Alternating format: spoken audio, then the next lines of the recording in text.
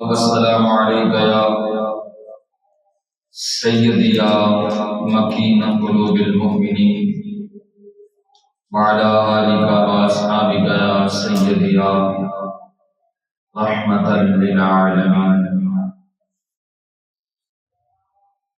تمام حمدہ ثنا و تعریف سب کائنات کے لیے جس کے قبضہ قدرت میں ہم سب کی جان ہے۔ انگن درود و سلام نبی مکرم نور مجسم شفیع معظم تاجدار انبیاء احمد مجتبی جناب محمد مصطفیٰ صلی اللہ علیہ وآلہ وسلم کی بارگاہ میں بلہائی عقیدت پیش کرنے کے بعد معزز و حاضرین و سامعین،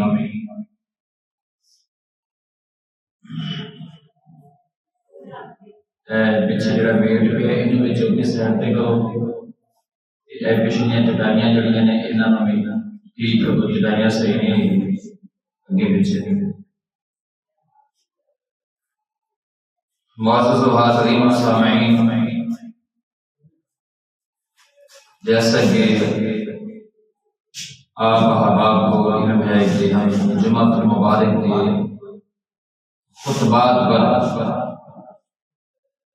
سیرت مصطفیٰ صلی اللہ علیہ وآلہ وسلم کا مطالعہ کر رہے ہیں۔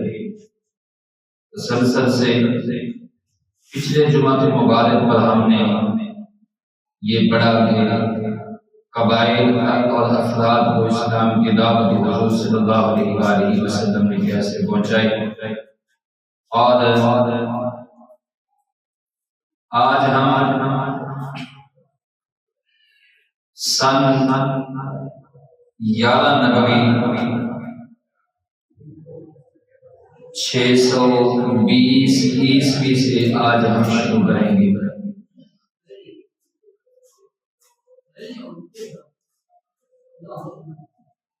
گیارہویں سال میں موسم حج میں اسلامی دعوت کو چند کال آمد جو ہے نا وہ بیچ دستیاب ہو گئے، جو دیکھتے دیکھتے سروں قامتوں میں تبدیل ہو گئی۔ یہ 6 ہستیاں کون تھیں، کہاں سے رہنے والے تھے، کس قبائل سے قبیلے سے ان کا تعلق تھا، کہاں پر حضور صلی اللہ علیہ وسلم سے ان کی ملاقات ہوئی، اور کیسے انہوں نے اسلام کو قبول کیا، پھر آگے کیسے انہوں نے اسلام کی دعوت پہنچائی۔ آج ہم انشاءاللہ یہ سب باتیں پڑھیں گے، سمجھیں گے۔ 11ویں سن نبوت یعنی نبوت کے 11ویں سال حج کے موسم میں جب لوگ دور دراز علاقوں سے حج کرنے کے لیے مکہ میں آئے، اور مکہ کے لوگ تو وہ تھے کہ جنہوں نے حضور صلی اللہ علیہ وآلہ وسلم کو جھٹلانے اور لوگوں کو اللہ رب العزت کی راہ سے روکنے کا بیڑا اٹھا رکھا تھا، جنہوں نے عزم مصمم کر رکھا تھا، اور مسلمانوں پر ظلم و ستم بھی وہ کرتے تھے۔ اب یہ جو 6 ہستیاں جن کی حضور صلی اللہ علیہ وآلہ وسلم سے ملاقات ہوئی تھی، جو 6 بیج حضور صلی اللہ علیہ وسلم کو میسر ہوئے، اور پھر جنہوں نے ایک سروقامت درخت جو ہے وہ کی شکل اختیار کی، اسی درخت کے نیچے بیٹھ کر مسلمانوں نے راحت پائی، نجات پائی، مشرکین مکہ کے ظلم و ستم سے بچے۔ یہ کون ہے؟ نبوت کے 11ویں سال جب لوگ حج میں کے لیے آئے تو یثرب سے کچھ لوگ حج کرنے کے لیے آئے۔ یہ 6 افراد تھے جو یثرب سے آئے سے حج کرنے کے لیے۔ حضور صلی اللہ علیہ وسلم جب بھی حج کا موسم آتا تو نبی پاک صلی اللہ علیہ وسلم حاجیوں کے ہاں تشریف لے جاتے۔ اب یہاں ایک اشکال بھی میں دور کر دوں، اکثر و بیشتر لوگ یہ سمجھتے ہیں کہ حج جو ہے نا وہ اسلام سے پہلے حج ہوتا ہی نہیں تھا، بلکہ ایسا نہیں ہے۔ اسلام سے پہلے بھی حج ہوا کرتا تھا۔ دور جاہلیت میں لوگ اپنے اپنے طریقے کے مطابق حج کیا کرتے تھے۔ ہاں طریقے مختلف، طریقہ الگ تھا، کام وہ سب کرتے تھے لیکن ان کا طریقہ الگ تھا۔ حضور صلی اللہ علیہ وسلم نے جب فتح مکہ فرمایا تو پہلا جب حج حضور صلی اللہ علیہ وسلم نے فرمایا تو نبی پاک صلی اللہ علیہ وسلم نے لوگوں کو وہ احکامات سکھائے جو رب العالمین نے حضور صلی اللہ علیہ وسلم کے نازل فرمائے۔ اصل میں اسلام کے بعد، فتح مکہ کے بعد حضور صلی اللہ علیہ وسلم نے جو اسلام کے طریقوں کے مطابق جو حج فرمایا وہ فتح مکہ کے بعد پہلا حج تھا، لیکن اس سے اسلام سے پہلے بھی لوگ حج کرتے تھے۔ تو نبوت کے 11ویں سال جب حاجی آئے تو حجاج کو حضور صلی اللہ علیہ وسلم دعوت دینے کے لیے ان کے خیموں میں تشریف لے جاتے اور یہ نبوت کے 11ویں سال یثرب سے 6 لوگ آئے تو حضور صلی اللہ علیہ وسلم حضرت ابوبکر صدیق رضی اللہ تعالیٰ عنہ، حضرت علی کرم اللہ وجہ کریم کو اپنے ساتھ لے کر باہر نکلے۔ بنو زہرہ، بنو شیبان بن سالبہ کے ڈیروں سے گزر ہوا تو ان سے اسلام کے بارے میں حضور صلی اللہ علیہ وسلم نے بات چیت کی، ان کو اسلام کی دعوت دی۔ انہوں نے بات تو اچھی کی لیکن اسلام قبول کرنے کے بارے میں انہوں نے کوئی حتمی فیصلہ نہ کیا۔ اسی موقع پر حضرت ابوبکر رضی اللہ عنہ اور بنو زہل کے ایک آدمی کے درمیان سلسلہ نسب کے متعلق بڑا دلچسپ سوال و جواب بھی ہوا۔ سلسلہ نسب کے متعلق دونوں ہی کیونکہ ماہر انصاب تھے تو بہت اچھی گفتگو ہوئی ان کے درمیان۔ اس کے بعد حضور صلی اللہ علیہ وسلم مینا کی گھاٹی سے گزرے تو کچھ لوگوں کو باہمی گفتگو دیکھا، گفتگو کرتے ہوئے حضور صلی اللہ علیہ وسلم نے ان کو دیکھا اور سنا تو حضور صلی اللہ علیہ وسلم نے سیدھا ان کی طرف رخ فرمایا۔ ان کے پاس پہنچنے کے بعد اور یہ وہ 6 نوجوان تھے جو یثرب سے آئے تھے اور سب کے سب قبیلہ خزرج سے تعلق رکھنے والے تھے۔ ان کے نام بھی کتابوں میں موجود ہیں۔ اسد بن زرارہ، عوف بن حارث بن رفع، رافع بن مالک بن عجلان، قطبہ بن عامر بن حدیدہ، عقبہ بن عامر بن نابی، حارث بن عبداللہ بن ریاب، یہ 6 آدمی تھے جو نبوت کے 11ویں سال حج کرنے کے لیے یثرب سے آئے تھے۔ یثرب مدینے کو کہا جاتا ہے، ہجرت کے بعد اس کا نام مدینہ رسول ہوا، اس سے پہلے اس کو یثرب کہتے تھے۔ اور یہ ان کی خوش نصیبی ہے، حضور صلی اللہ علیہ وسلم نے ان سے پوچھا کہ تم کہاں سے ہو؟ انہوں نے کہا ہم یثرب سے۔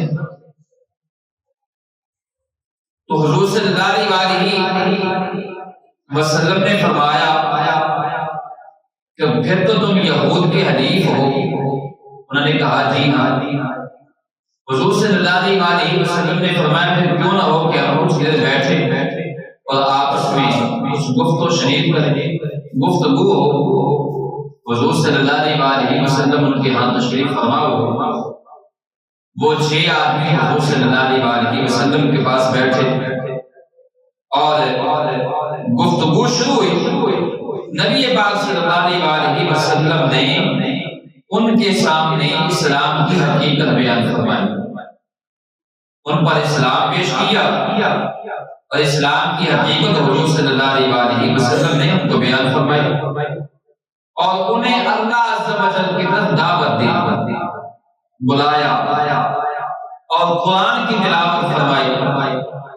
اب جب انہوں نے اسلام کی حقیقت سنی، قرآن مجید کی تلاوت سنی، حضور صلی اللہ علیہ وسلم کی دعوت انہوں نے سنی، تو آپس میں کہنے لگے ہمیں لگتا ہے کہ یہ وہی نبی ہیں جن کے بارے میں یہود ہمیں بتاتے ہیں اور جن کا نام لے کر یہودی ہمیں دھمکیاں دیتے ہیں، کیونکہ وہ یہود کے حلیف تھے، تو یثرب میں یہودی تھے، اور جب یہودیوں کی ان کے ساتھ کوئی لڑائی کوئی جنگ ہو جاتی تو یہودی ان سے کہتے تھے کہ آپ کا زمان نبی آنے والے ہیں، ان کا زمانہ قریب ہے، ان کا ظہور ہونے والا ہے اور ان کی یہ نشانیاں ہیں، اور جب وہ نبی تشریف لے آئیں گے تو ہم ان کے ساتھ مل کر تمہارا قلع کما کر دیں گے، تمہیں صفحہ ہستی سے مٹا دیں گے۔ تو اب جب انہوں نے حضور صلی اللہ علیہ وسلم کی دعوت کو سنا تو آپس میں کہنے لگے کہ ہمیں تو یہ یوں لگتا ہے کہ جس نبی کا نام لے کر یہود ہمیں دھمکیاں دیتے تھے یہ وہی نبی ہیں، یہ وہی آخر زمان نبی ہیں، تو کیوں نہ ہو کہ ہم یہود سے پہلے ان کی دعوت کو قبول کر لیں، کہیں یہودی ہم سے سبقت نہ لے جائیں، تو ہم یہود سے پہلے ان کی دعوت کو قبول کریں اور ان پر ایمان لے آئیں۔ اب انہوں نے ان 6 آدمیوں نے حضور صلی اللہ علیہ وسلم کی دعوت کو قبول کر لیا، حضور صلی اللہ علیہ وسلم پر ایمان لے آئے، فوراً مسلمان ہو گئے، اسلام کو قبول کیا، اور یہ یثرب کے دانا آدمی تھے، عقل و رجال تھے، اور پیچھے جو حال ہی میں جنگ گزری تھی یثرب کے اندر جس کا ذکر 2-3 جمعے پہلے بھی ہوا تھا، اور جس کے دھوئیں ابھی تک بھی فضا کو تاریک کیے ہوئے تھے، اس جنگ نے انہیں چور چور کر دیا تھا، اس لیے انہوں نے اس موقع کو غنیمت جانا اور حضور صلی اللہ علیہ وسلم کی دعوت کو قبول کیا، اور یہ حضور صلی اللہ علیہ وسلم کی دعوت اس جنگ کا خاتمے کا سبب بنی۔ اب انہوں نے کہا کہ حضور صلی اللہ علیہ وسلم سے عرض کی، اے اللہ کے نبی، ہم اپنی قوم کو اس حالت میں چھوڑ کر آئے ہیں کہ کسی اور قوم میں ان کے جیسی عداوت دشمنی ہم نے نہیں دیکھی۔ ہماری قوم جنگجو ہے، ہماری قوم کے اندر بڑی دشمنی ہے، لڑائیاں ہیں، جھگڑے ہیں۔ ہم نے ان جیسی قوم کو کہیں کسی قوم کے اندر کوئی دشمنی، کوئی جنگ نہیں دیکھی۔ کہنے لگے کہ ہم ان کو آپ کی طرف بلائیں گے، ہمیں امید ہے اللہ آپ کے ذریعے ان کو یکجا کر دے گا، ان کو اکٹھا کر دے گا، اور ہم وہاں جا کر لوگوں کو آپ کا مقصد بتائیں گے، آپ کے مقصد کی طرف لوگوں کو بلائیں گے، اور یہ دین جو ہم نے قبول کیا ہے اس کو ان کو دعوت دیں گے۔ اور کہنے لگے اگر اللہ نے آپ ان کو یکجا کر دیا، یعنی اگر وہ ایمان لے آئے اور وہ یکجا ہو گئے، تو اے محمد صلی اللہ علیہ وسلم، اے نبی، یا رسول اللہ، پھر آپ سے بڑھ کر اور کوئی معزز نہیں ہوگا، آپ سے بڑھ کر کوئی پیارا نہیں ہوگا، آپ سے بڑھ کر بھی کسی کی کوئی عزت نہیں ہوگی، آپ سب سے معزز ہوں گے، آپ سب سے پیارے ہوں گے۔ اس کے بعد یہ لوگ مدینہ واپس چلے گئے، یعنی یثرب واپس چلے گئے، تو اپنے ساتھ اسلام کا پیغام لے کر گئے۔ اب جب یہ مدینہ پہنچے، انہوں نے گھر گھر جا کر حضور صلی اللہ علیہ وسلم کا پیغام پہنچایا، حضور صلی اللہ علیہ وسلم کی دعوت۔ اور اسی سال یعنی سن 11 نبوی میں، نبوت کے 11ویں سال میں، حضور صلی اللہ علیہ وسلم نے سیدہ عائشہ صدیقہ رضی اللہ تعالی عنہا سے نکاح فرمایا۔ اس وقت سیدہ عائشہ صدیقہ رضی اللہ تعالی عنہا کی جو حکومت تھی، جو بخاری مسلم میں بھی ایک روایت ہے، لیکن میں اس حوالے سے ایک بات بڑی ذمہ داری سے کر رہا ہوں۔ اب کچھ لوگ یہ بھی کہیں گے کہ قاضی صاحب نے بخاری اور مسلم کی روایت کو نہیں مانا، اس کا انکار کر دیا، لیکن الحمدللہ جو بات میں کرنے لگا ہوں بڑی ذمہ داری سے کر رہا ہوں۔ بخاری اور مسلم میں سیدہ عائشہ صدیقہ رضی اللہ عنہا کے نکاح کے وقت جو عمر لکھی ہے وہ 6 سال ہے، اور روایتاً درایتاً اگر اس کو دیکھا جائے تو کچھ تحفظات ہیں اس پر، اور الحمدللہ اس تحقیق کی تحقیق یہ ہے کہ سن 11 نبوی میں جب حضور صلی اللہ علیہ وسلم نے سیدہ عائشہ صدیقہ رضی اللہ عنہا سے نکاح فرمایا، تو اس وقت سیدہ عائشہ صدیقہ رضی اللہ عنہا کی عمر 16 سال تھی۔ کتنی تھی؟ 16 سال۔ اور ہجرت کے بعد حضور صلی اللہ علیہ وسلم نے مدینہ المنورہ میں جب سیدہ عائشہ صدیقہ رضی اللہ عنہا کو ان کی جب رخصتی ہوئی، حضور صلی اللہ علیہ وسلم کی در دولت پر جب آئیں، تو اس وقت ان کی عمر جو ہے وہ 19 سال تھی۔ تو یہ اسی سال سن 11 نبوی میں حضور صلی اللہ علیہ وسلم نے ان سے نکاح بھی فرمایا۔ اب جب یہ لوگ مدینہ یعنی یثرب چلے گئے، تو مدینہ کے اندر جا کر انہوں نے اپنی دعوت کا جو ہے وہ آغاز کر دیا، اور یہ بیعت جو ہے یہ اس کے بعد سن گیا 12 نبوی میں، یعنی نبوت کے 12ویں سال میں پھر یہ دوبارہ واپس آئے حج کے موقع پر بھی، لیکن اب یہ 6 نہیں تھے، انہوں نے جا کر جسر کے اندر اسلام کی دعوت دی اور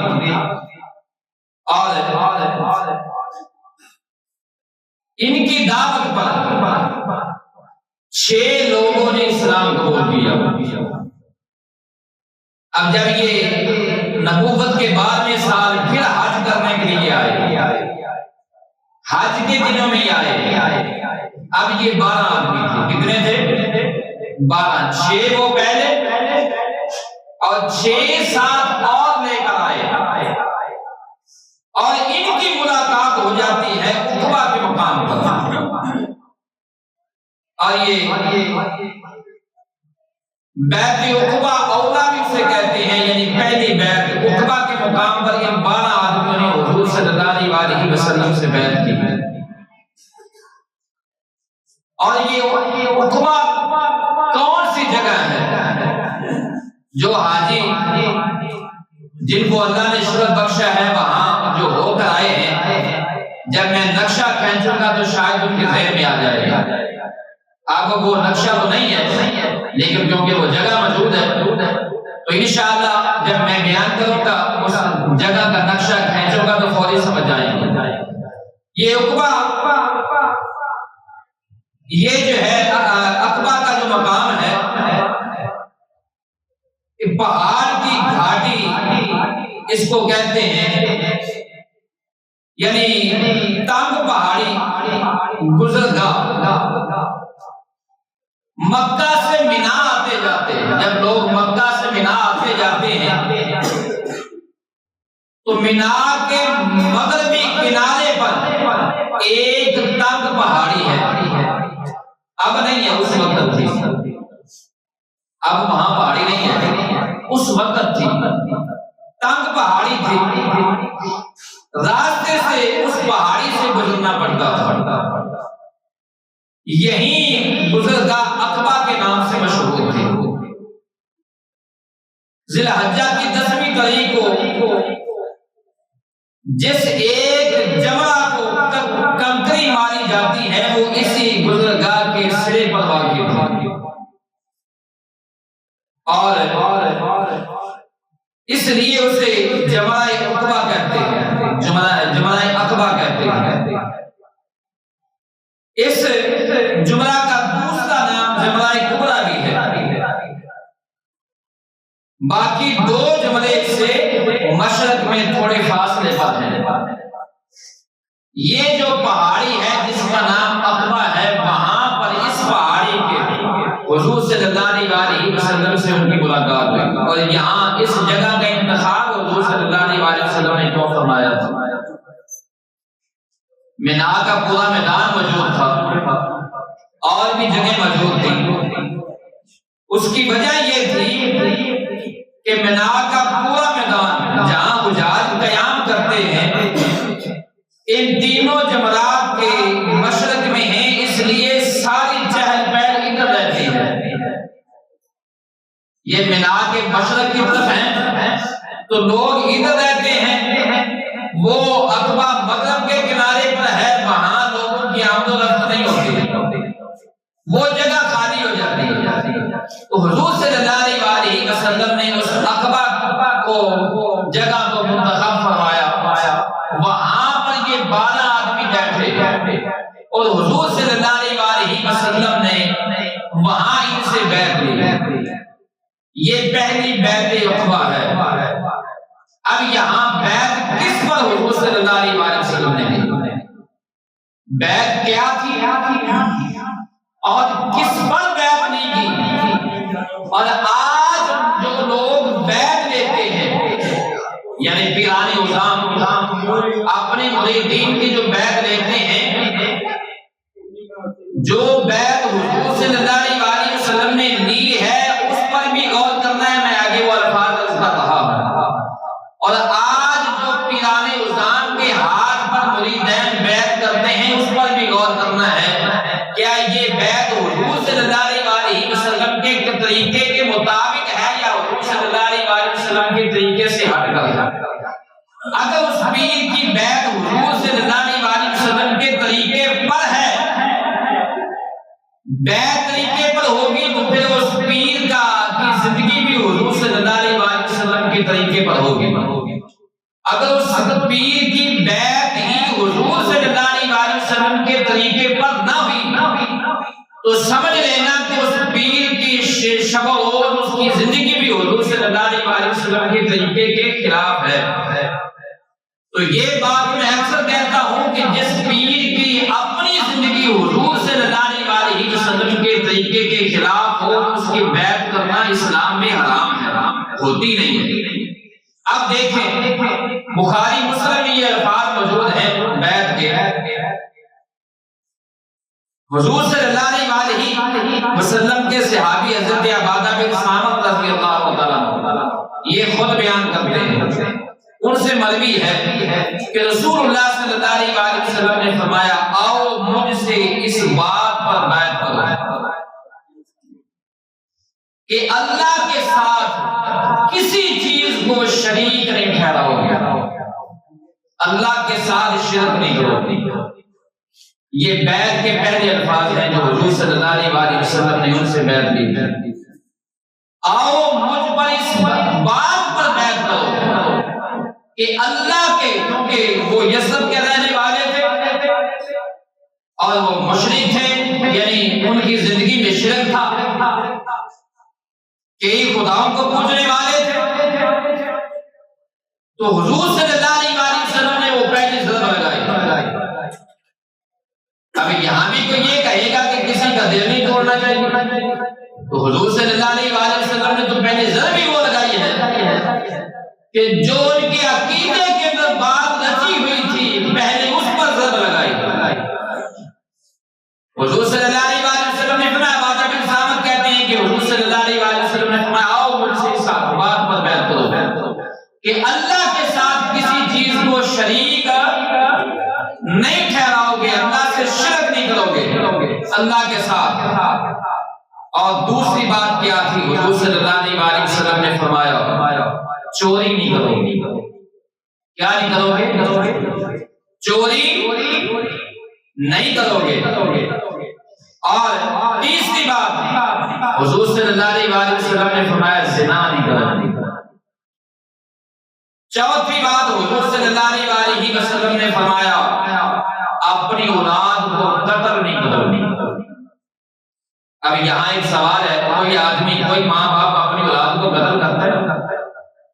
آج بھی، جبکہ آج گیا گزرا زمانہ ہے، اسلام سے بہت دور ہے، کیا آج کوئی ماں باپ اپنی اولاد کو قتل کرتا ہے؟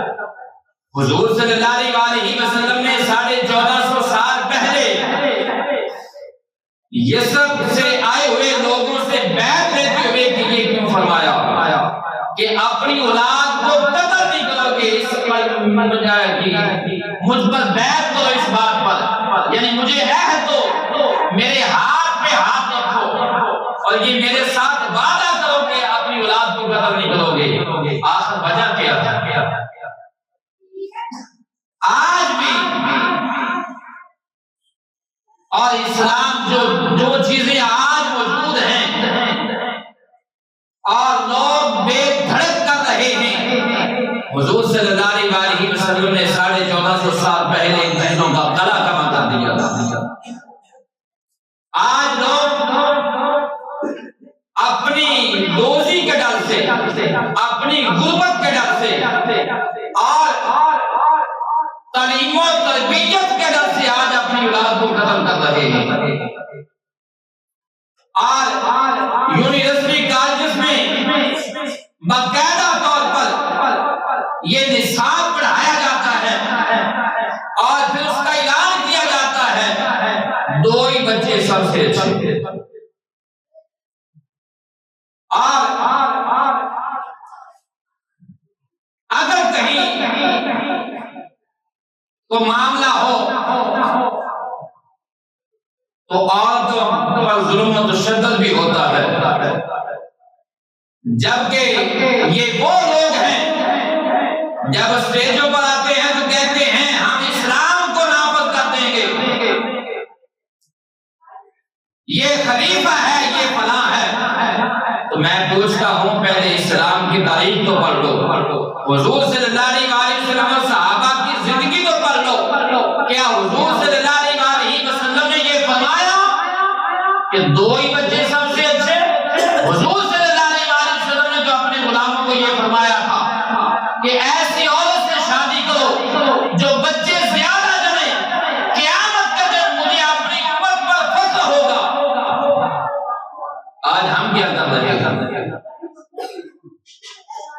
بیان کرتے وقت تو تم کہتے ہو کہ حضرت مولا علی کرم اللہ وجہ کریم کے 18 بیٹے تھے، سیدنا صدیق اکبر کے اتنے بیٹے تھے، اتنی اولاد تھی، سیدنا عمر فاروق کی اتنی اولاد تھی، سیدنا عثمان غنی کی اتنی اولاد تھی۔ تو آج یہ منصوبہ بندی پھر کہاں سے آ گئی؟ یا یہ اسلام کا قانون ہے؟ کیا یہ اسلام ہے؟ حضور صلی اللہ علیہ وسلم نے حضرت عبادہ بن صامت کہتے ہیں کہ ہم سے یہ عہد لیا، بیعت لی، آؤ مجھ سے بیعت کرو، اپنی اولاد کو قتل نہیں کرو گے، اور اپنے ہاتھوں اور پاؤں کے درمیان سے، اپنے ہاتھ اور پاؤں کے درمیان سے گھر کر کوئی بہتان نہ لاؤ گے، یعنی کسی پر کوئی بہتان نہیں باندھو گے۔ اور آخری شرط کیا تھی؟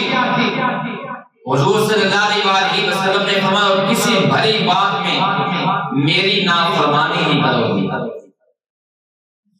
کیا بات ہے؟ کسی بھری بات میں، کسی اچھی بات میں حضور صلی اللہ علیہ وسلم نے فرمایا میری نافرمانی نہیں کرو گے۔ اب مجھے بتائیں حضور صلی اللہ علیہ وسلم کے ایک ایک جملے پر غور کریں، خدا کی قسم ہے میں یہ بات ڈنکے کی چوٹ پر کہتا ہوں، آج کے نام نہاد وہ پیر جو شریعت سے دور ہیں، کسی ایک پیر کی ایسی بیعت دکھا جس نے اس طریقے سے بیعت کی ہو۔ آپ بھی یہاں بیٹھے ہیں، میں بھی الحمدللہ قادری بھی ہوں، نقشبندی بھی ہوں اللہ کے فضل سے، اور آپ لوگوں نے بھی بیعت کی ہے۔ جنہوں نے اپنے پیران عظام کے ہاتھ پر بیعت کی ہے، اگر یہ الفاظ آپ کے پیر نے دہرائے ہیں تو کوئی معاملہ ہاتھ کھڑا کرے، تو پھر مجھے بتائیں کہ یہ دعوے کیا ہے؟ جس پیر کی بیعت کے اندر حضور صلی اللہ علیہ وسلم کی سیرت نہیں ہے، بیعت حضور صلی اللہ علیہ وسلم جیسی بیعت نہیں ہے، تو کس چیز کی بیعت کی جا رہی ہے؟ اور آخری الفاظ کیا ہیں حضور صلی اللہ علیہ وسلم کے کہ میری کسی بھلی بات کی نافرمانی نہیں کروں گی۔ آج تو پیر کی ہر بات کی فرما برداری ہوتی ہے۔ حضور صلی اللہ علیہ وسلم نے یہ نہیں فرمایا اچھی بات کی، میری کسی بھلی بات کی نافرمانی نہیں کروں گی۔ میری حالانکہ حضور صلی اللہ علیہ وسلم کا مقام کیا ہے؟ اللہ کے بعد پوری کائنات میں سب سے بڑھ کر حضور صلی اللہ علیہ وسلم کا مقام ہے۔ حضور صلی اللہ علیہ وسلم معصوم الخطا ہیں، تاجدار انبیاء ہیں۔ کیا کسی کے ذہن میں یہ سوال بھی پیدا ہو سکتا ہے، یہ شائبہ بھی ہے کہ حضور صلی اللہ علیہ وسلم کے قریب بھی کوئی بری بات نہیں جائے گی، قریب تک بھی بھٹکے گی؟ جبکہ حضور صلی اللہ علیہ وسلم نے فرمایا تھا ہر انسان کے ساتھ ایک شیطان ہے، تو صحابہ نے عرض کیا رسول اللہ صلی اللہ علیہ وسلم کی آپ کے ساتھ بھی؟ تو نبی پاک صلی اللہ علیہ وسلم نے فرمایا ہاں میرے ساتھ بھی، مگر اللہ نے اسے میرا فرما بردار کر دیا۔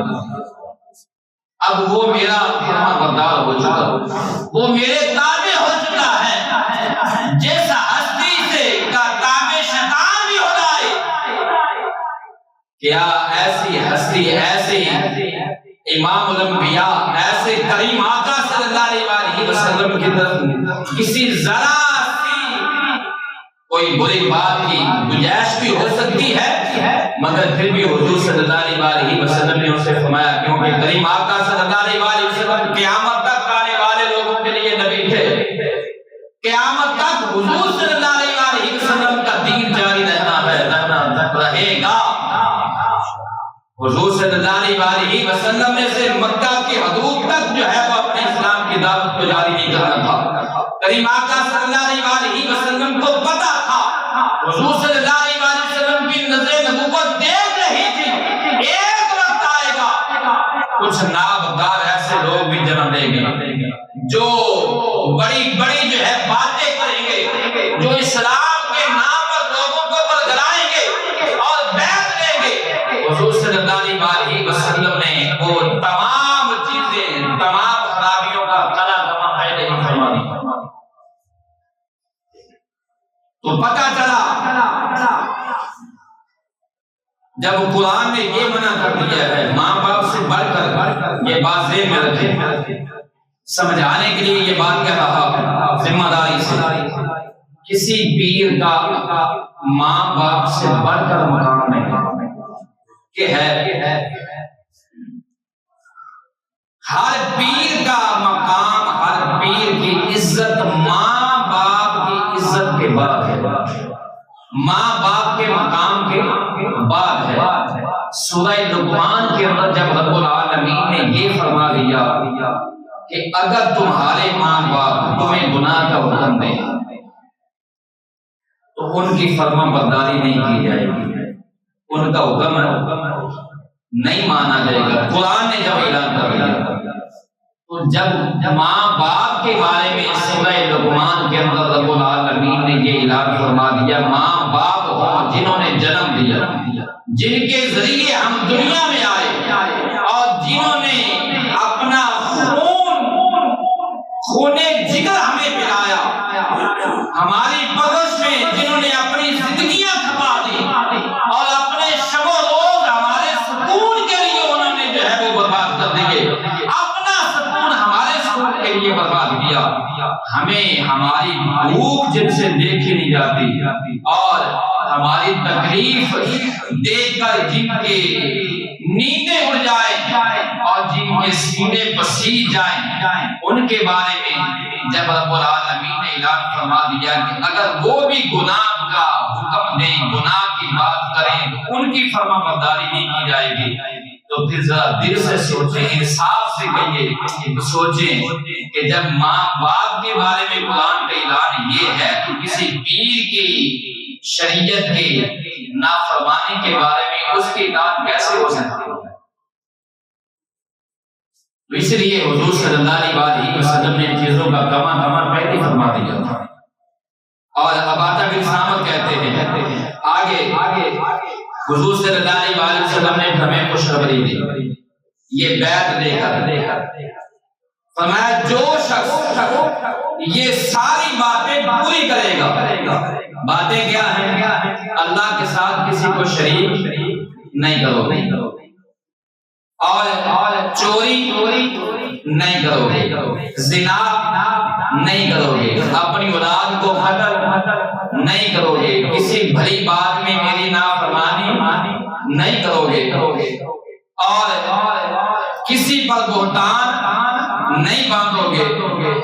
حضور صلی اللہ علیہ وسلم نے فرمایا جو شخص ان ساری باتوں پورا کرے گا اس کا اجر اللہ پر ہے، اس پر ہے، اللہ پر ہے، اور جو شخص ان میں سے کسی چیز کا ارتکاب کر بیٹھے گا، کسی چیز کا ارتکاب کر بیٹھے گا پھر اسے دنیا ہی میں اس کی سزا دی جائے گی، دنیا ہی میں اس کی سزا دی جائے گی تو یہ اس کے لیے کفارہ ہوگا۔ یعنی مثال کے طور پر اگر کسی سے زنا کا ارتکاب ہو گیا اور حضور صلی اللہ علیہ وسلم نے فرمایا پھر دنیا میں ہی اس کو اس کی سزا مل جائے، دنیا میں اس پر شریعت نافذ کر دی جائے، حضور صلی اللہ علیہ وسلم نے فرمایا یہ اس کے لیے کفارہ بن جائے گا۔ اور جو شخص ان میں سے کسی چیز کا ارتکاب کر بیٹھے گا آج پھر اللہ تعالی اس پر بدلہ ڈال دے گا، تو اس کا معاملہ اللہ کے حوالے ہے، چاہے تو اسے سزا دے چاہے تو اسے معاف کرے۔ حضرت عبادہ بن صامت فرماتے ہیں کہ ہم نے اس پر آپ صلی اللہ علیہ وسلم سے بیعت کی ہے، ان چیزوں پر۔ یہ ہے حضور صلی اللہ علیہ وسلم کی وہ پہلی بیعت جو حضور صلی اللہ علیہ وسلم نے 12 آدمیوں یثرب سے آئے ہوئے لوگوں سے بیعت لی، جسے بیعت عقبہ کہتے ہیں، اور یہ پہلی بیعت ہے جو حضور صلی اللہ علیہ وسلم نے لی۔ اب یہاں سے انشاءاللہ اگلے جمعہ المبارک پر یہاں سے ہی شروع کریں گے۔ اللہ رب العزت کی بارگاہ میں دعا ہے اللہ تعالیٰ مجھے آپ